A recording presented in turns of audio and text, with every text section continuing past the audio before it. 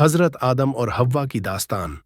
कहीं वजूद का कोई निशान न था, न जमीन थी, न आसमान। हर जानिब खामोशी थी। बस अल्लाह ताला की जात थी जो हमेशा से है और हमेशा रहेगी। उसी ने तख्लीक का इरादा फरमाया। फिर अल्लाह ने फरिश्तों से फरमाया, मैं जमीन में अपना खलीफा बनाने वाला हूं। फरिश्तों ने अर्ज किया, ए हमारे रब, क्या तू वहां किसी को पैदा करेगा जो वहां खून बहाएगा और फसाद करेगा, जबकि हम तेरी हम्दो सना करते हैं और तुझे पाक कहते हैं। अल्लाह ने फरमाया, मैं वो जानता हूं जो तुम नहीं जानते। ये वो वक्त था जब अल्लाह ताला ने मिट्टी से पहला इंसान पैदा करने का इरादा फरमाया। ये मिट्टी न सादा थी और न ही मामूली, बल्कि इस मिट्टी में हर रंग, हर खुशबू, हर मिजाज शामिल किया गया। काला, सफेद, सुर्ख, मुलायम और सख्त। अल्लाह ताला ने उस मिट्टी को कई दिन तक ऐसे ही छोड़ दिया। फिर उस मिट्टी में जान फूंकी गई और यहीं से हुई इंसानियत की पहली सिलसिला शुरू।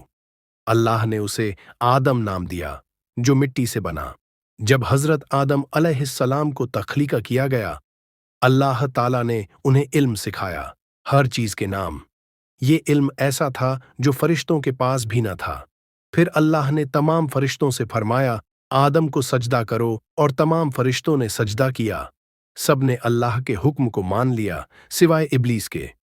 वो जिन्नात में से था और उसने तकब्बुर किया। उसने कहा, मैं उससे बेहतर हूं। तूने मुझे आग से पैदा किया और उसे मिट्टी से। अल्लाह ताला ने फरमाया, उतर जा यहां से, तू रेजा रेजा हो गया और अब तुझे रहमत से महरूम कर दिया गया। इब्लीस ने बद्दुआ ना मांगी, उसने एक मोहलत मांगी। कहा, मुझे कयामत तक की मोहलत दे दे ताकि मैं तेरे बंदों को गुमराह कर सकूं। अल्लाह ने फरमाया, तुझे मोहलत है, लेकिन मेरे बंदे जो खालिस होंगे तू उन पर काबू न पा सकेगा। और यहीं से इंसान और शैतान के दरमियान एक जंग का आगाज हुआ। हजरत आदम अब अकेले थे। अल्लाह ने उनके दिल के सुकून और उनका जोड़ा बनाने के लिए हजरत हव्वा अलैहिस्सलाम को पैदा किया। रिवायतों के मुताबिक हव्वा को आदम की पसली से पैदा किया गया। वो जन्नत में उनके साथ रहती थीं। एक मुकम्मल सुकून और नेमतों की जिंदगी।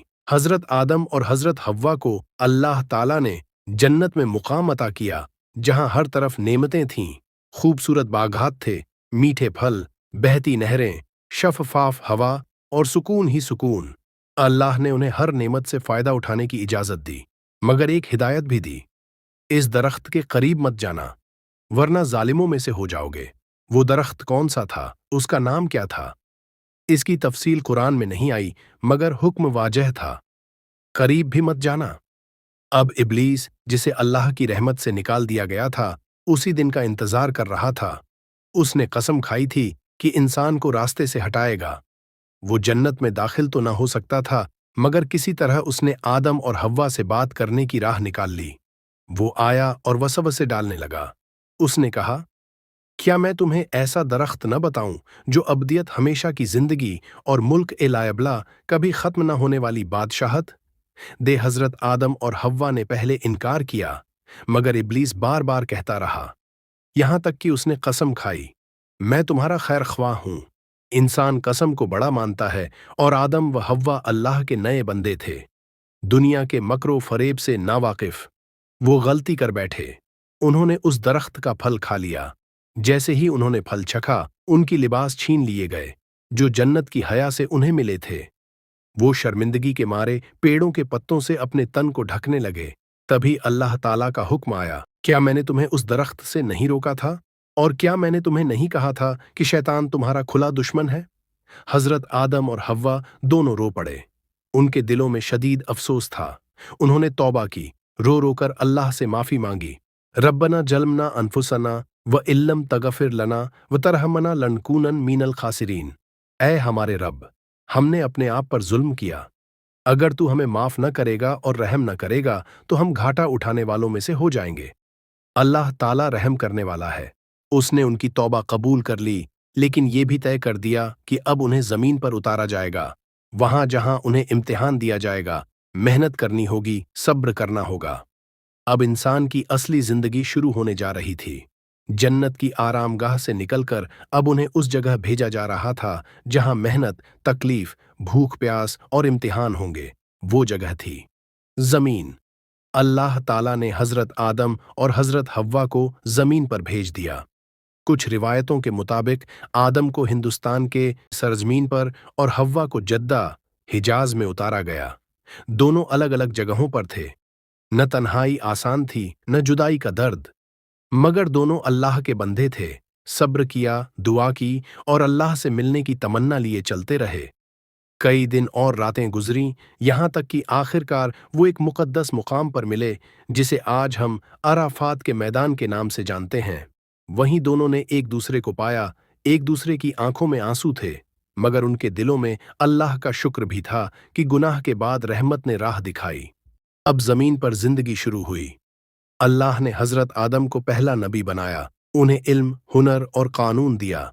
उन्होंने इंसानों को इल्म सिखाया, किस तरह जमीन को जोता जाए, दरख्त लगाए जाए, जानवरों से फायदा उठाया जाए, लिबास बनाए जाए और सबसे बढ़कर अल्लाह की बंदगी कैसे की जाए। हजरत हव्वा ने माँ की हैसियत से आने वाली इंसानियत की बुनियाद रखी।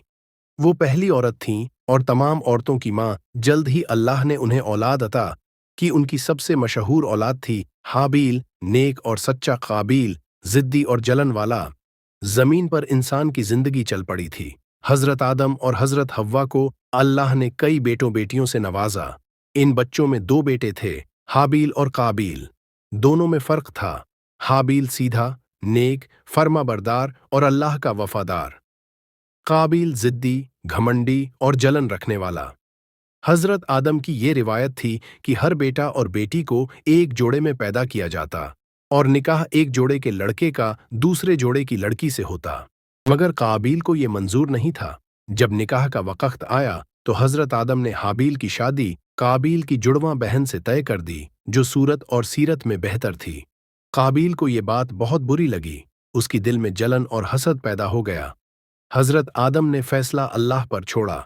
उन्होंने कहा, तुम दोनों अल्लाह की राह में कुर्बानी पेश करो। जिसकी कुर्बानी कबूल हो वही हक पर है। दोनों ने कुर्बानी दी। हाबील ने अपनी सबसे अच्छी मोटी ताजा बकरी अल्लाह की राह में पेश की। काबील ने सड़ा गला अनाज लाकर फेंक दिया। दिल में नीयत साफ नहीं थी। अल्लाह ताला ने हाबील की कुर्बानी कबूल कर ली और काबील की ना कबूल। ये बात काबील की घमंड और जलन को और बढ़ा गई। उसने धमकी दी, मैं तुझे कत्ल कर दूंगा। हाबील ने बड़ी नरमी से जवाब दिया, अगर तू मुझे कत्ल करने के लिए हाथ बढ़ाएगा तो मैं तुझ पर हाथ नहीं उठाऊंगा। मैं अल्लाह से डरता हूं। मगर काबील अंधा हो चुका था, जलन और नफरत से। आखिरकार उसने अपने सगे भाई हाबील को कत्ल कर दिया। ये था इंसान का पहला कत्ल, हसद और घमंड की वजह से। जब हाबील की लाश जमीन पर पड़ी रही तो काबील को समझ नहीं आया कि अब क्या करे। उसने कभी मौत नहीं देखी थी। जब काबील ने हाबील को कत्ल कर दिया तो वो कोई जश्न नहीं मना सका। उसके दिल को सुकून नहीं मिला, बल्कि एक अजीब सा खौफ और अंधेरा उसके सीने में उतर आया। मैंने क्या कर डाला, ये सवाल हर वक्त उसके जहन में गूंजता। वो अकेला हो गया, बाप की नजरों से दूर, कौम से अलग। उसे न नींद आती न सुकून मिलता। हजरत आदम को जब ये खबर मिली तो वो शदीद गमगीन हो गए। उन्होंने रोते हुए कहा, ऐ अल्लाह, तूने मुझे क्या दिखाया? मेरे बेटे ने अपने ही भाई को कत्ल कर डाला। हजरत आदम और हजरत हव्वा ने हफ्तों तक खाना नहीं खाया, आंसू बहाते रहे। काबील अब पहाड़ों और जंगलों में भटकता था। उसकी आंखें लाल, चेहरा काला और रूह बोझिल हो चुकी थीं। हर जगह वो हाबील का चेहरा देखता, उसकी चीखें, उसका मासूम चेहरा और आखिरी लफ्ज, मैं तुझ पर हाथ नहीं उठाऊंगा। फिर एक दिन एक कौवा आया और उसने एक मुर्दा कौए की लाश को पंजों से खुरदराकर जमीन में दफन कर दिया। काबील उसे देखता रह गया। फिर उसके लबों से निकला, हाय, मुझसे तो ये कौवा भी बेहतर निकला। मुझे तो ये भी नहीं आता कि अपने भाई की लाश को कैसे दफन करूं। उसी वक्त उसने हाबील को दफन किया और अपनी आंखों से आंसू बहाए। मगर अल्लाह के हुक्म से उस पर लानत उतर चुकी थी। हजरत आदम बहुत उदास थे। अल्लाह ताला ने उन्हें एक और बेटा अता फरमाया, जिसका नाम था शीस अलैहिस्सलाम।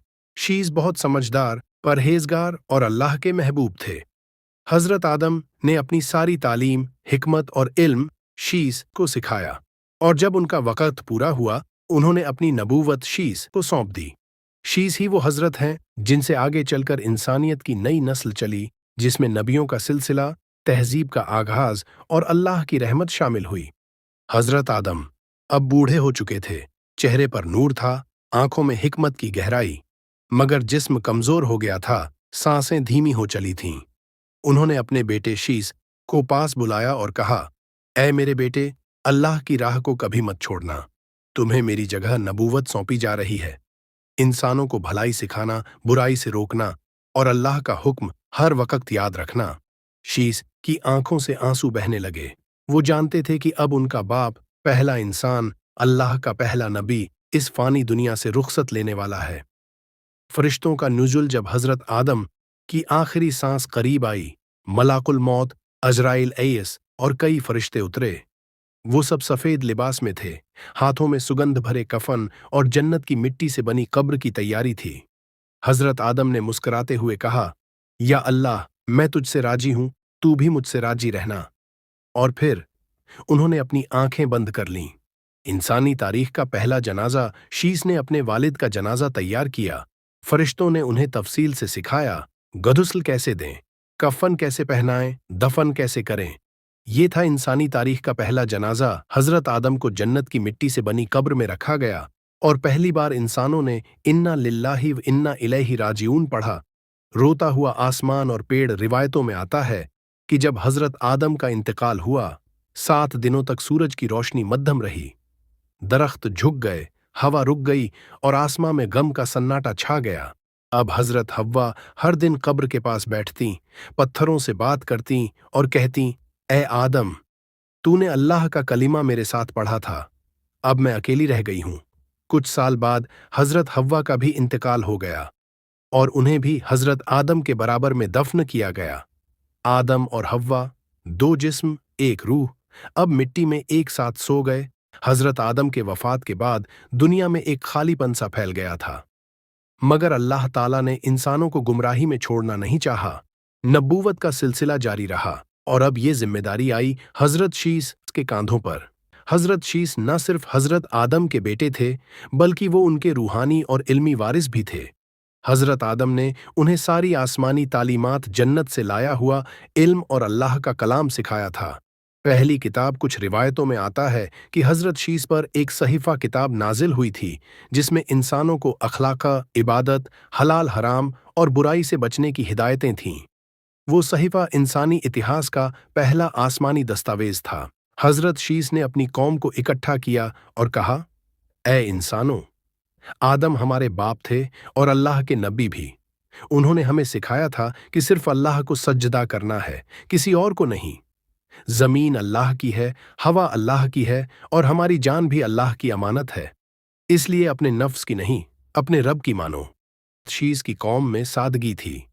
लोग छोटे छोटे घरों में रहते, मिलजुल कर खाना खाते और हर शख्स नमाज पढ़ता। कोई ज्यादा अमीर नहीं था, कोई ज्यादा गरीब नहीं, सबको बराबर समझा जाता था।